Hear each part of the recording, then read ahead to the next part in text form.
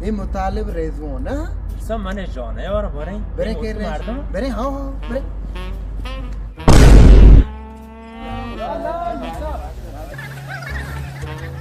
مطالب جان حالا آمده کدی شما چه دبی یاد کردی میرسا پدا بگا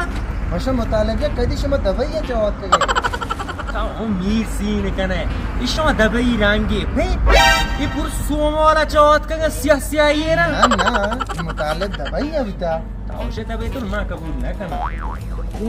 مطالب چو کو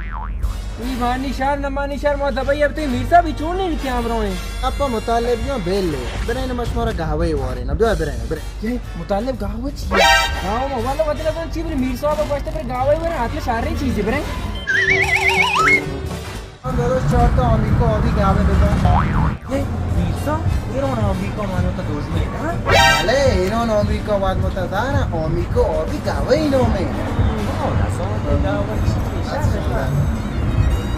बगैर मुतालिब रेज़मा बगैर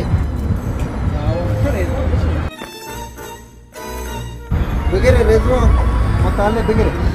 वही वो कोचली मीर साहब इची गाँव हम वो इची सब तो चुने मर्दमा गाँव है और ये ने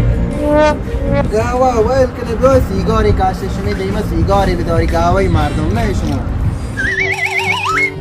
मीर साहब शुना गाँव हुआ नूना बेजार शुना किरिशी मकान बेलेश